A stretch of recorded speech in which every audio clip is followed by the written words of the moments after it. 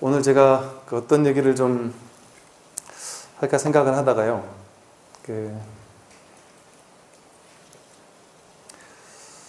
오늘은 우리가 이제 불교에서 무엇이 수행이냐라고 했을 때 이제 사실은 그 답을 하기가 쉽지가 않습니다. 불교에서 말하는 수행이 뭐냐라고 하는 데에 대한 답을 쉽게 할 수 있는 사람이 아마 많지 않을 겁니다. 제 기억에 제가 고등학교 때 혹은 대학교 때 이렇게 교과서에서도 이제 부처님을 가볍게 공부를 하면서 한 몇 줄 나온 것 같은데 거기에 나오는 불교의 내용이 너무 이렇게 단순하고 심플하게 나와서 되게 좀 당황했던 적이 있었습니다. 그리고 대학교 다닐 때 불교를 본격적으로 공부하면서도 제가 조금 실망했던 부분이 있었어요. 뭘 실망했느냐 하면 이 위대한 부처님의 가르침, 그리고 부처님의 가르침을 실천하는 게 가장 중요한데 부처님의 가르침을 실천해야 되는 수행이 가장 중요한 것인데 그러면 불교의 수행은 무엇이냐를 이제 석가모니 부처님께서 말씀하신 수행의 핵심이 무엇인가를 보면서 뭔가 이게 이해가 탁 되면서 이렇게만 하면 내가 깨달을 수 있구나 하고 무릎이 탁 쳐질 만한 아주 구체적이고 실용적이고 실천 가능한, 예를 들면 절을 10,000번을 하면 깨닫는다든지 연불을 몇 시간을 하면 깨닫는다든지 다란이 기도를 몇천 독을 하면 깨닫는다든지 이런 구체적인 실천 방법이 착착 나와 있으면 그것대로만 하면 깨닫는 거잖아요. 그러니까 간단할 텐데 제가 좀 당황스러웠던 점은 석가모니 부처님께서 말씀하신 수행을 보니까 이거야 라고 딱 정해서 말씀하신 바가 없는 겁니다. 초기 불교에서 말하는 수행법은 중도이거든요. 불교 수행의 핵심은 중도입니다. 그걸 불이중도라고도 표현을 하고요. 중도인데 중도라는 말이 뭔지 아시겠어요? 여러분들은 중도의 수행이 어떻게 하는 건지 아십니까?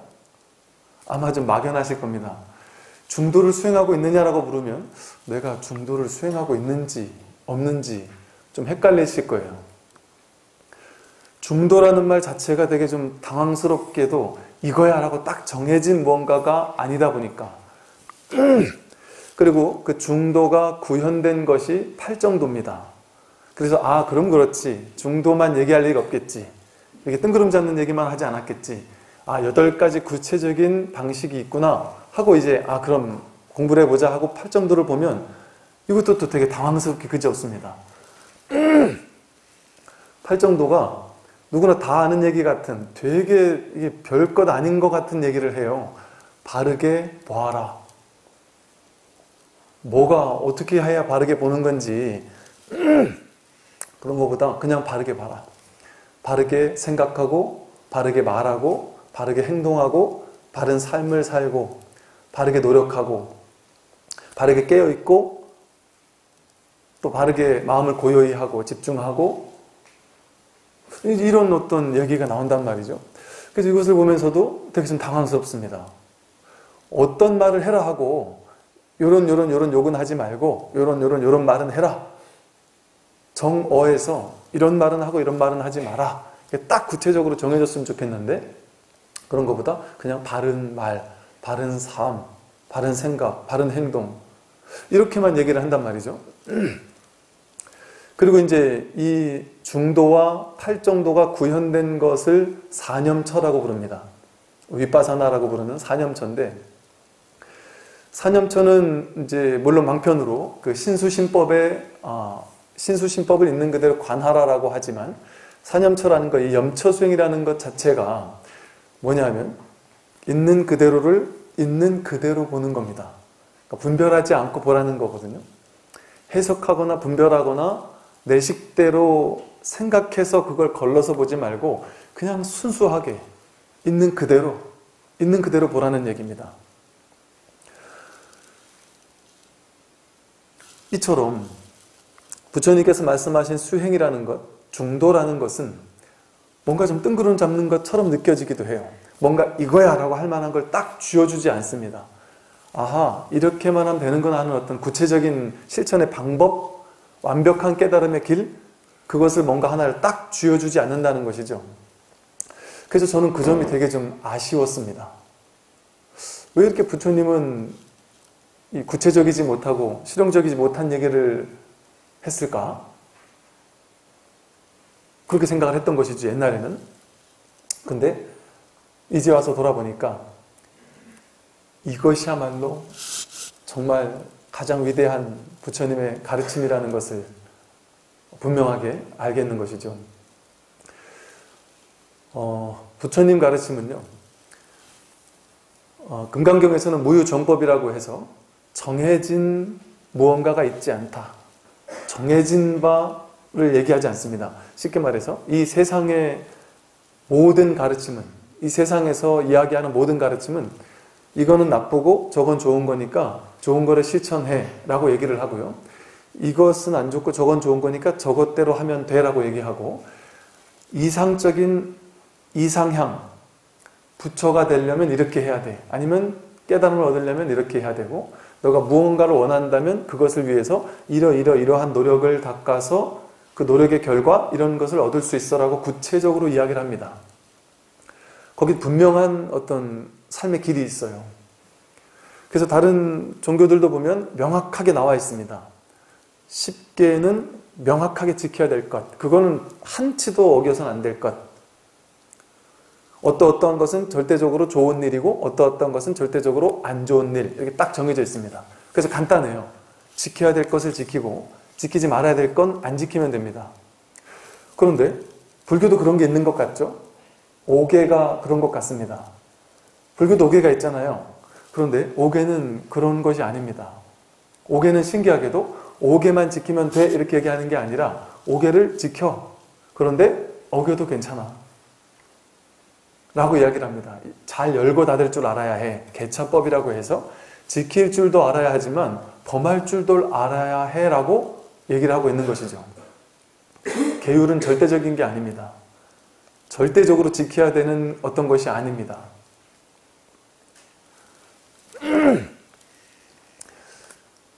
불법에서는 이거 아니면 절대 안 돼, 이것만이 절대 진리야 라고 내세우는 것이 없습니다. 왜 그러냐면 부처님 가르침은 연기즉 중도라고 해요. 연기법이고 중도를 설하고 있는 겁니다. 또 연기법이 곧 무아를 설명하는 것이고, 무아, 연기, 중도, 자비, 이게 다 같은 이야기를 하고 있는 겁니다. 이 세상 모든 것은 인연 따라 잠깐 생겨났다가 인연이 다하면 사라지는 거라는 거죠. 인연 따라 생겨난 모든 것은 인연이 다하면 반드시 사라집니다. 생겨난 모든 것은 반드시 없어지죠. 그래서 영원한 것은 없습니다. 영원한 자아라는 것은 없는 거죠. 그렇기 때문에 어디에도 영원히 집착할 수 있는 무언가는 없습니다. 집착해도 되는 무언가가 없어요.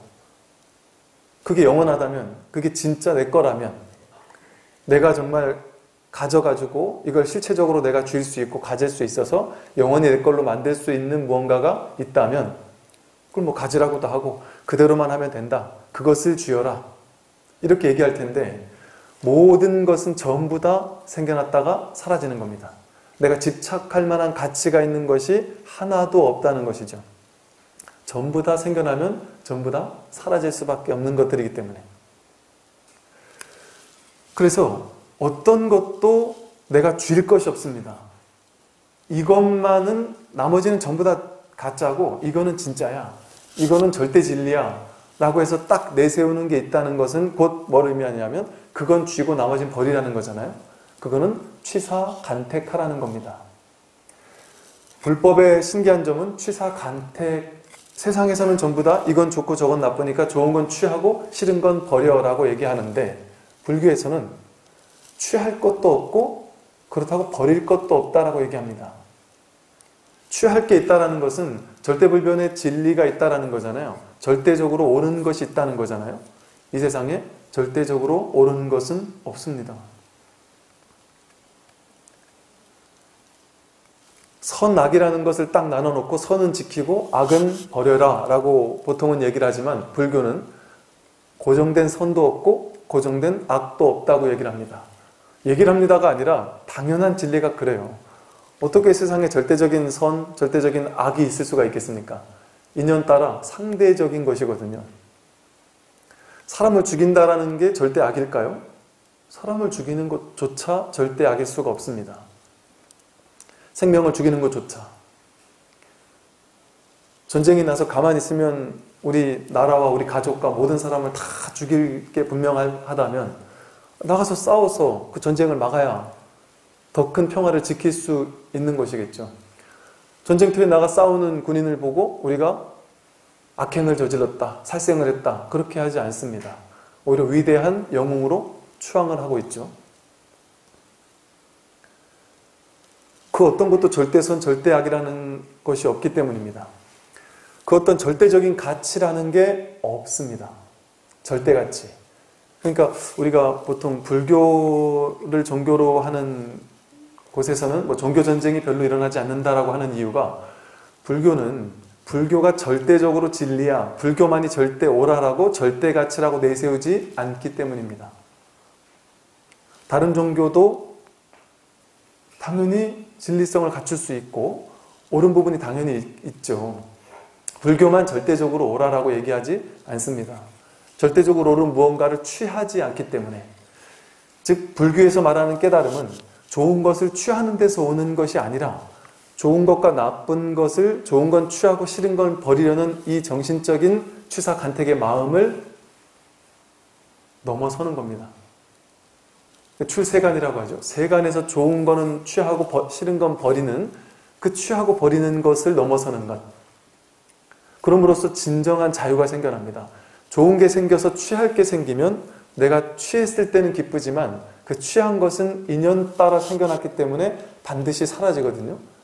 그러면 내가 취한 것이 반드시 사라져갈 때 당연히 괴로울 수밖에 없습니다. 취하고 버리는 모든 것은 우리를 괴로움으로 이끌 수밖에 없는 것이죠. 그런데 취하지도 않고 버리지도 않는다면 모든 것으로부터 자유롭습니다. 어떤 한 가지에 우리가 구속되어 있으면 그걸로 인해 행복과 괴로움이 왔다 갔다 하지만 그 어떤 것도 내가 취하지 않고 그 어떤 것도 과도하게 밀쳐내려고 하지 않는다면, 취사 간택심이 없으면 그 모든 것이 나를 구속시킬 수가 없는 것이죠. 삶으로부터의 자유. 그래서 출세간이라고 합니다. 세간의 모든 것으로부터 완전한 자유. 그게 중도거든요. 즉 중도라는 것은 이건 좋고 저건 나쁘니까 좋은 건 취하고 싫은 건 버려라는 것이 아닙니다. 어떤 것도 취할 게 없고 어떤 것도 버릴 게 없다라는 것이 중도의 가르침입니다. 적당히 중간을 취해라는 얘기가 아닙니다. 어떤 것도 취하지 않고 어떤 것도 과도하게 버리지 말라는 것이죠. 그것이 심지어 불교라고 할지라도 불교는 취하고 다른 종교는 버릴 거야. 그거는 비불교적인 사람입니다. 나라고 할 만한 고정된 실체가 없다라고 얘기를 하죠. 거기는 아트만, 불성, 자성, 본래 면목도 포함됩니다. 수많은 선사 어록에 보면 이 선어록을 제대로 보지도 못한 사람들이 혹은 근자의 초기 불교만 이렇게 막 공부하면서 선을 이렇게 비판하는 사람들이 사용하는 논리 중에 하나가 뭐냐면 부처님은 무아라고 해서 그 어떤 것도 고정된 실체적인 뭔가를 내세우지 않으셨는데 이 선사들은 아트만과도 같은 힌두교의 아트만과도 같이 자아, 참나, 불성, 본래 면목, 주인공을 내세우고 있기 때문에 선은 진짜가 아니다 이런 식으로 표현을 합니다. 정말 이런 표현은요 정말 선어록을 안 본 사람입니다. 선어록에는 너무나 많이 본래 면목이라는 실체가 없다. 참나라는 실체가 없다. 자성이라는 무언가가 없다. 그러나 없다라고 할 수도 없지만 또 있다라고 할 수도 없다라고 해서 진공묘유라는 표현을 쓰죠. 본래 공하다. 그러나 묘하게 있다.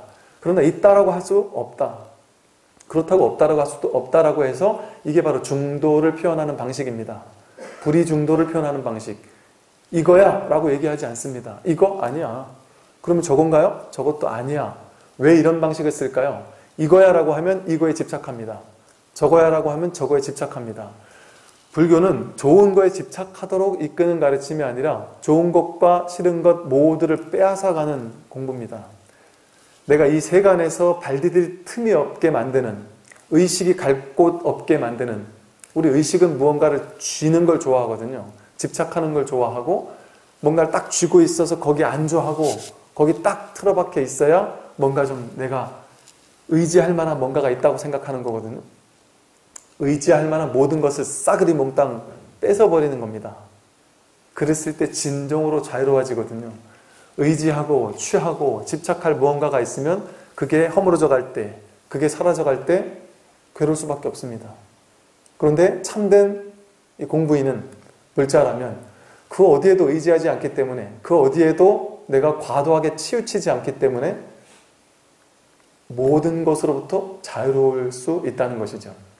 그래서 이 중도라는 가르침은 적당히 중간을 선택해라라는 가르침이 아니라 그 어디에도 과도하게 취하거나 버리지 말라라는 겁니다. 이것만 절대적으로 옳다라는 생각, 그거는 바르지 못하다라는 것이 중도입니다. 그래서 중도에서는 항상 이것도 아니다, 저것도 아니다. 이것이 아닌 것도 아니고 저것이 아닌 것도 아니다 라는 표현을 씀으로써 우리 의식이 어딘가에 안주하지 못하게, 분별망상이 움직이지 못하게, 분별망상에 안주하면서 분별망상, 생각, 관념, 이거를 사랑하지 못하게 하기 위한 방편입니다. 이처럼 중도라는 것은 뭘 해라 이게 아닙니다. 뭘 해라라는 것은 참된 수행이 아니에요. 근데 우리는 중생들은 이걸 하든지 저걸 하든지 둘 중에 하나를 해야 됩니다. 저 사람은 어떤 사람이야? 좋은 사람이야? 아니면 나쁜 사람이야? 중에 하나의 범주로 가두어야 되는 거예요. 죽기 전에 내 인생을 돌아봤을 때 나는 잘 살았나 못 살았나? 그 범주 중에 하나로 어떻게 가둘 수가 있겠어요? 저 사람은 괜찮은 사람이야? 별로인 사람이야? 어떻게 그걸 규정할 수 있겠습니까? 100% 옳기만 하고 100% 틀리기만 한 사람이 어디 있겠어요? 100% 옳은 선택, 100% 틀린 선택이 어디 있겠습니까? 모든 것은 서로 간에 측면이 있거든요. 저도 가만히 보면 가끔 저희 아버님과 제 동생이 만나서 이야기할 때 보면 평소엔 죽이 잘 맞다가 항상 아버지는 정치적으로 보수 쪽 이야기를 막 하시면서 진보 이쪽은 아주 나쁜 놈들이라고 아주 너무 심하게 얘기를 하시고, 제 동생은 또 완전 반대로 보수는 완전 나쁜 놈들이고 진보만 최고라고, 이렇게 서로가 완전히 극과 극으로 그 얘기만 나오면 하여간 막 전쟁이 일어납니다. 그 어떤 특정한 하나를 취하게 되면 그것이 아닌 다른 측의 사람과 싸울 수밖에 없습니다. 부딪힐 수밖에 없는 것이죠. 진보를 취해도 좋고 보수를 취해도 좋습니다. 거기 과도하게 집착하지 않을 수 있다면 당연히 어떤 걸 취하며 살아야 돼요. 세상에서는 짜장면과 짜장면집에 가면 짜장면을 선택하든 짬뽕을 선택하든 하나를 선택해야 됩니다. 그런 선택도 하지 말라는 건 아니에요. 근데 과도하게 집착할 필요는 없다는 것이죠. 과도하게 내 생각을 관철시키려고 애쓸 필요는 없다는 것이죠.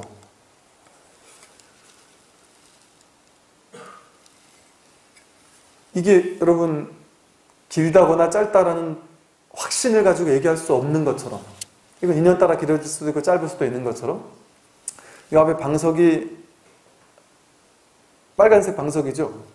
이거 빨간색이라고 100% 확신할 수 있습니까? 빨간색이라는 말이 100% 진실인가요?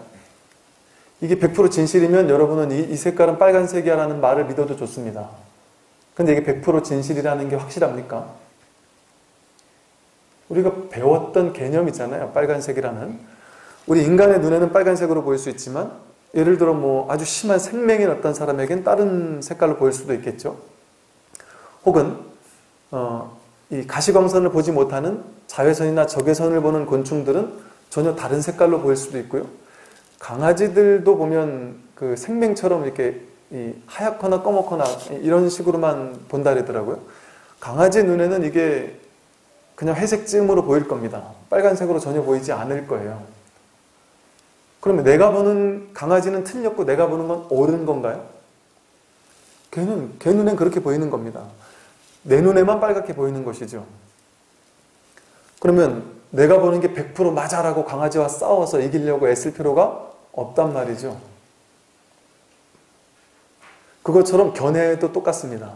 내 생각이 절대적으로 옳아, 너는 틀렸어를 과도하게 집착해서 그걸 가지고 싸울 필요가, 내가 맞는지 틀리는 걸 가지고 싸울 필요가 없는 것이죠. 만법 유식이라고 해서 저마다 자기가 보는 의식, 보는 분별심이 다를 수밖에 없습니다. 다른 것이 당연하고, 왜냐하면 업이 다르기 때문에, 삶의 경험이 다르기 때문에. 무명행식 10연기가 이렇게 시작하는데요. 누구나 어리석지만 행이 다르거든요. 살아온 환경이 달랐고 살아온 삶의 경험치가 달랐기 때문에 식도 다를 수밖에 없습니다. 의식이 다 다를 수밖에 없어요. 그러니까 똑같은 정부의 정책을 어떤 사람은 천하의 어리석은 정책이라고 생각하지만 또 다른 사람은 가장 잘한 정책이야 라고 생각할 수도 있습니다. 그걸 가지고 싸울 필요는 없어요. 내 생각이 옳아라고 생각하는 것은 전혀 중도적이지 못한 생각입니다. 자식에게 너는 내가 알아, 너는 이 길을 가야 되라고 얘기는 할 수 있겠지만 그걸 과도하게 고집하면서 넌 이걸 아니면 안 돼라고 생각하는 것은 전혀 중도적이지 못한 생각이죠. 특정한 생각을 자식에게 고집해서 그것을 강요하려고 하는 생각, 그거는 전혀 중도적이지 못합니다. 그건 내 생각일 뿐이지 자식은 틀렸고 나는 옳은 것이 전혀 아닌 것이죠. 모든 것이 마찬가지입니다. 내 생각을 가지고 살아야 하겠지만 그 생각을 과도하게 고집해서 그것만이 절대적으로 옳아라고 할 필요가 없는 것이죠. 그거는 중도적이지 못한 것이고 팔정도를 실천하지 못하는 것이죠. 팔정도에서 정견, 바르게 본다는 것은 이걸 빨간색으로 본다는 게 아닙니다. 나에게는 빨간색으로 보여라고 말하는 것이죠. 다른 사람이 어떻게 보이는지는 나는 몰라. 다른 사람은 다르게 보일 수 있지.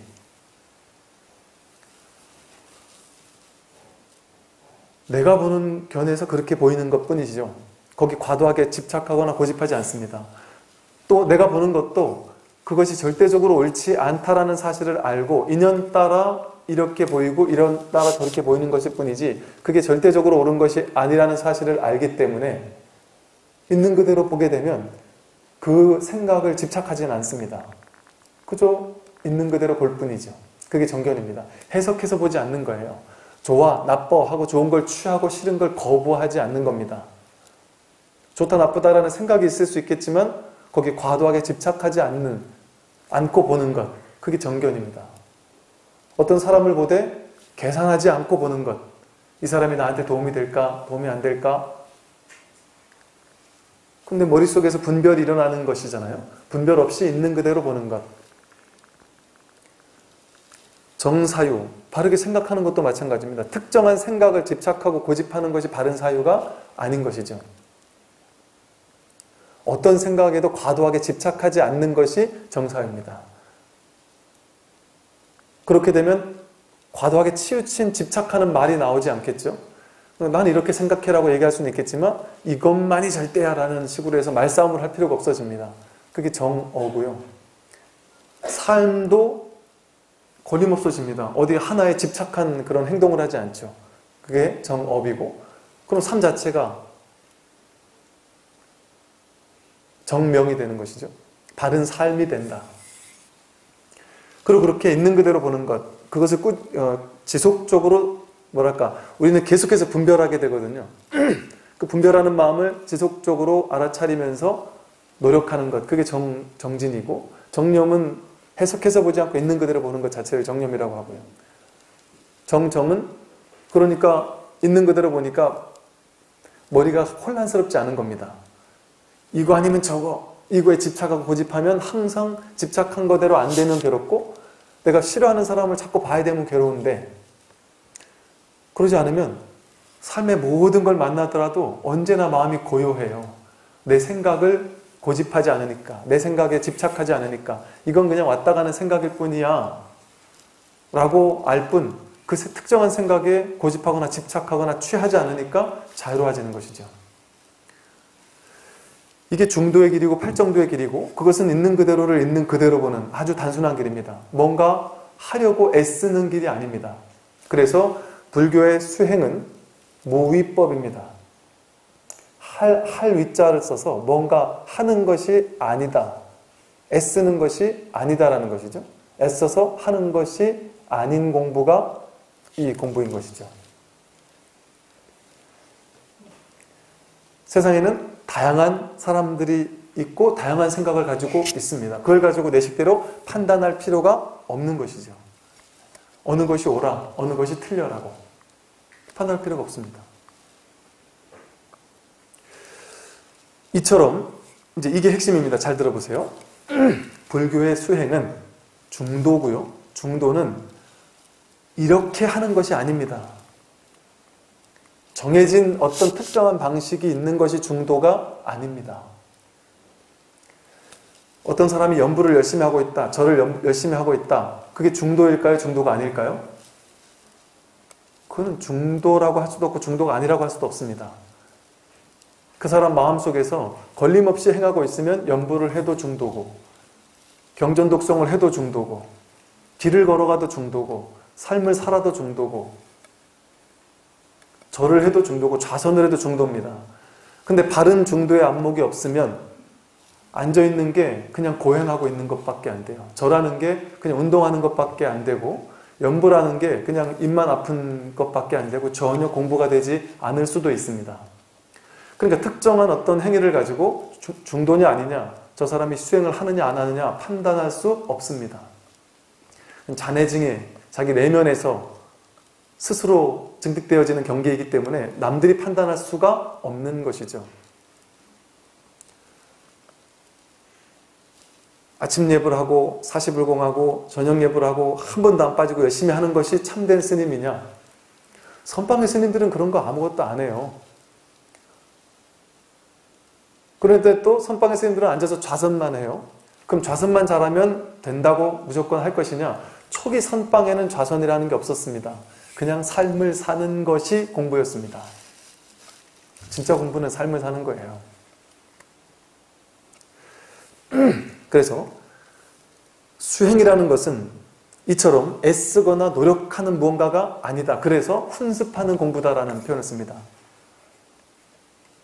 경전에는 그 정법 훈습, 연법 훈습이라는 말이 있어요. 우리 중생들은 가만히 있으면 자꾸 분별심에 훈습된다. 취사간택하고 좋다 나쁘다 따지는 거에 훈습되는 거죠. 저절로 중생에 훈습되는 겁니다.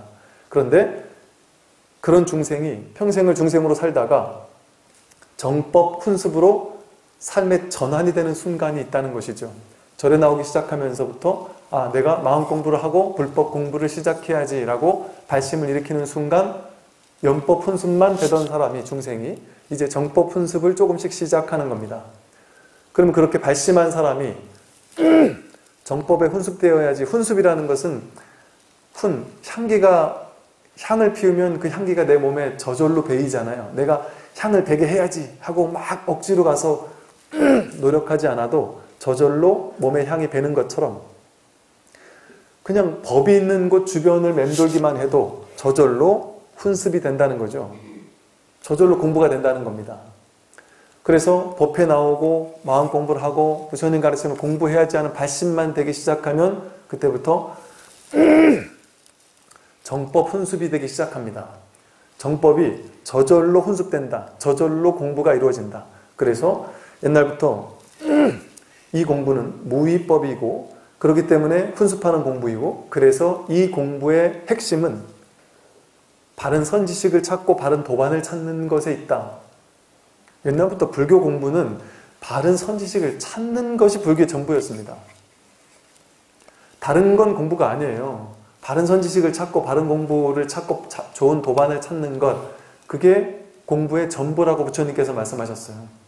좋은 도반과 좋은 스승 얻는 즐거움은 깨달음의 반인 것 같다 라고 아나니 했더니 부처님께서 아니다. 그것은 깨달음의 전부다 라고 얘기를 했습니다. 그래서 승가가 만들어진 이유는 부처님 법문 들을 수 있는 주변에 사람들이 모이는 것을 합법화시키기 위해서 승가라는 조직을 만든 것이죠. 그 당시 시대적인 요청에 의해서. 부처님 옆에 있지 않으면 법문을 들을 수가 없었기 때문에. 어찌 보면 지금의 시대는 승가가 더 넓어졌습니다.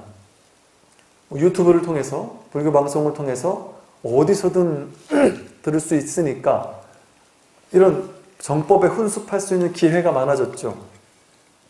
그게 공부입니다. 쉽게 말해서 참선 잘하고 절 잘하고 연불 잘하고 철화정진 많이 하고 그게 공부가 아니고 여러분처럼 그냥 법당에 그냥 왔다 갔다 하는 게 공부입니다. 옛날 사람들은 딴 세상에선 그러잖아요. 야, 그 왔다 갔다만 하는 게 그게 그냥 몸만 왔다 갔다 하는 거지 그러면 공부가 되라고 야고 묻지만 다른 법이 있는 곳이라면 그냥 왔다 갔다만 하면 저절로 공부가 되는 것이 불법의 핵심입니다. 애쓸 필요가 없어요. 그냥 가고 싶어서 가는 거잖아요. 가서 거기 앉아서 그냥 듣기만 해도 저절로 정법 훈습이 될 수밖에 없다. 그래서 이걸 모의법이라고 합니다. 발심을 하고 나면 저절로 이루어지고 저절로 공부가 될 수밖에 없다는 것이죠. 그래서 옛날에 지금처럼 선의 황금기 때도 부처님 당시도 요가 수행자들이 많았던 것처럼 특정한 수행법을 갈고 닦는 사람이 많았어요. 그걸 수행이라고 생각했고 부처님은 그걸 깨뜨리신 분입니다. 중도로서 요가와 고행주의를 깨뜨렸죠. 그래 부처가 됐습니다. 선의 황금기 때도 똑같이 당장에 우리가 잘 알고 있는 육조단경에 보면 해능 스님과 신수 스님의 개송에서 신수 스님은 열심히 갖고 닦아야 한다. 몸은 깨달음의 나무고 마음은 거울과 같으니 부지런히 털고 닦아서 먼지가 묻지 않게 하라라고 했습니다. 신수 스님은 열심히 갈고 닦아서 수행을 하라는 거예요. 그런데 해능 스님은 깨달음은 본래 나무가 없고 거울도 경대가 없다. 본래 한 물건도 없는데 어디에 먼지가 붙겠느냐? 털고 닦을 필요가 뭐가 있느냐? 라고 해서 육조가 됐습니다. 그렇게 열심히 유의법으로서 애써서 닦아가는 수행을 할 필요가 없다라는 사실을 깨달은 것이죠. 선 어록에 등장하는 수많은 선사 스님들은 그렇게 앉아서 좌선하는 그렇게 겉모습에 수행하는 그것이 수행이 아니다. 방편으로 하는 얘기가 아니라 진실로 그런 잘못된 것을 타파해 주었을 때 바른 법이 드러날 수 있는 것이죠. 달마 스님은 달마 어록에서 이런 얘기를 했습니다. 외도는 부처의 참뜻을 알지 못하기에 힘써 공부하는 것을 최고로 삼으니 성인의 뜻과는 어긋난다. 본성을 보지 못한다면 경을 읽고 연불을 하고 늘 외우면서 열심히 공부하고 하루 종일 도를 닦고 늘 배우면서 앉아서 눕지 않고 좌선하고 배우고 많이 듣는 것을 불법으로 삼는다. 이러한 중생들은 모두가 불법을 비방하는 사람들이다. 나는 이 땅에 와서 지계나 보시나 정진과 고행은 말하지 않는다. 이렇게 얘기를 했고요. 또 이래 묻습니다. 만약 본성을 보지 않더라도 연불, 독경하고 보시하고 계를 지키고 정진하고 널리 이로운 일을 행한다면 성불할 수 있습니까? 했더니 성불할 수 없다. 어찌 성불할 수 없습니까? 얻을 수 있는 조그마한 법이라도 있다면 그것은 유의법이고 인과법이니 과보를 받는 법인데 윤회하는 법일 뿐이다. 이 생사를 벗어나지 못하고서야 어느 때 불도를 이룰 수가 있겠느냐 라고 달마 스님이 말씀을 하셨고요. 지공화성의 대승찬이라는 유명한 책에 보면 큰 돈은 수행으로 말미암아 얻는 것이 아닌데 수행을 말하는 것은 다만 방편으로 어리석은 범부를 위해 말한 것일 뿐이다 라고 설하고 있습니다. 육조단경에서도 그런 이야기가 너무 많고요. 또 증도가에서는 영가 현각 스님의 증도가에서는 배우는 사람이 잘 알지 못하고 수행을 하나니 참으로 도적을 아들로 삼는 짓이다. 예전엔 비틀거리면서 헛된 수행을 하였음을 이제 깨달으니 여러 해를 잘못 풍진객 노릇을 했을 뿐이구나. 우리가 그래 왔잖아요. 저도 그래 왔습니다. 옛날에 그렇게 이리 끼웃 저리 끼웃 하면서 수행법을 찾아 나섰고 이 수행법이 옳으냐 저 수행법이 옳으냐 온갖 수행법만을 찾아 나섰고 수행을 해야지만 된다고 생각했는데 수행을 하지 말라는 얘기가 아니고요. 수행이 뭔지를 바로 알고 했을 때는 삶이 전부 다 수행하는 게 없게 되는데 수행이 뭔지 모를 때는 참선하고 염불하고 좌선하고 독경해야만 수행인 걸로 착각하고 있다는 것이죠. 바른 중도가 뭔지를 알고 중도를 행한다면 염불은 해도 좋고 안 해도 좋습니다. 좌선 해도 좋고 안 해도 좋습니다. 제일 유명한 어록이 이제 마조 어록에 나오는 그 남학해양과 마조 도일의 이야기인데요. 그 남학해양이 물었습니다. 마조 도일에게 대덕은 무엇 때문에 좌선을 하는 것이오? 했더니 도일이 부처가 되려고 합니다. 그랬더니 옆에서 남학해양 스님이 기왓장을 가져와서 옆에서 갈았죠. 그랬더니 도일이 참선하는데 시끄럽게 옆에서 갈고 있으니까 기왓장을 갈아서 뭘 하려고 합니까? 했더니 이걸 갈아서 거울을 만들려고 한다. 기왓장을 간다고 거울이 되겠습니까? 기왓장을 갈아서 거울이 되지 않는다면 그대는 좌선을 한다고 어찌 부처가 되겠는가? 그러면서 소가 끄는 수레가 가지 않는다면 수레를 때려야 하는가? 아니면 소를 때려야 하는가? 수레가 가지 않는데 소를 때려야지 수레를 아무리 때려야 되겠습니까? 몸을 혹사시켜서 몸을 가지고 앉아가지고 오랫동안 앉아있고 오랫동안 뭐 절을 하고 오랫동안 염불을 하고 독경을 하고 입을 가지고 계속 경을 외고 그것은 수레를 때리는 것과 똑같은 일이다. 곧장 마음을 돌이켜 마음을 확인해야지. 자기 자성을 확인하고 직진심 견성성불을 해야지. 자기 마음에 내가 누구인지 본성이 무엇인지를 확인하는 공부를 해야지. 이 참된 내가 누구인지를 확인하는 이 공부를 하는 것이 진짜이지. 그냥 수행만 했다가는 평생 수행만 하다 죽습니다. 지난 과거 1000년간, 2000년간 얼마나 많은 수행자들이 수행만 하다 죽어갔습니까? 깨닫지 못하고 그런 누를 범해서는 안 된다는 것이죠. 그래서 제가 오늘 드린 말씀은 이런 말씀을 드린 이유가 제가 이제 어디나 마찬가지예요. 처음 절에 가면 한 몇 달은 제가 고생을 합니다. 제가 고생을 한다는 것이 몇 달은 신도님들이 되게 힘들어하세요. 제 말을 듣는 것을. 너무 딴 사람들과 다른 얘기 자꾸 하는 것 같이 느껴지니까 열심히 기도해라, 염불해라, 수행해라 해야 되는데 그거 하지 말라고 하고 그냥 본문 들으라고 하고 막 하니까 저게 뭔 소린가 하고 처음에 막 반발심 있는 사람도 있고 어떤 분들은 막 되게 당황해하고 되게 막 충격을 받아 하기도 하고요. 어떤 분은 끝까지 마음을 열지 않습니다. 대부분 어떤 경우 주로 오랫동안 절에 나오면서 불교는 이거야라는 자기 생각이 투철한 사람들일수록 그게 절 귀신이 된다는 표현이 있어요. 자기가 아는 불교가 불교의 전부다라고 생각해서 절 귀신이 되면 절대 안 됩니다. 오래 절에 다녀서 내가 아는 불교가 전부야. 내가 아는 불교가 맞아. 이런 집착을 하고 있는 사람은 절대 공부 못합니다. 이거는 제가 힘줘서 말씀드리는 부분이에요. 공부 당연히 그런 거 아니겠습니까?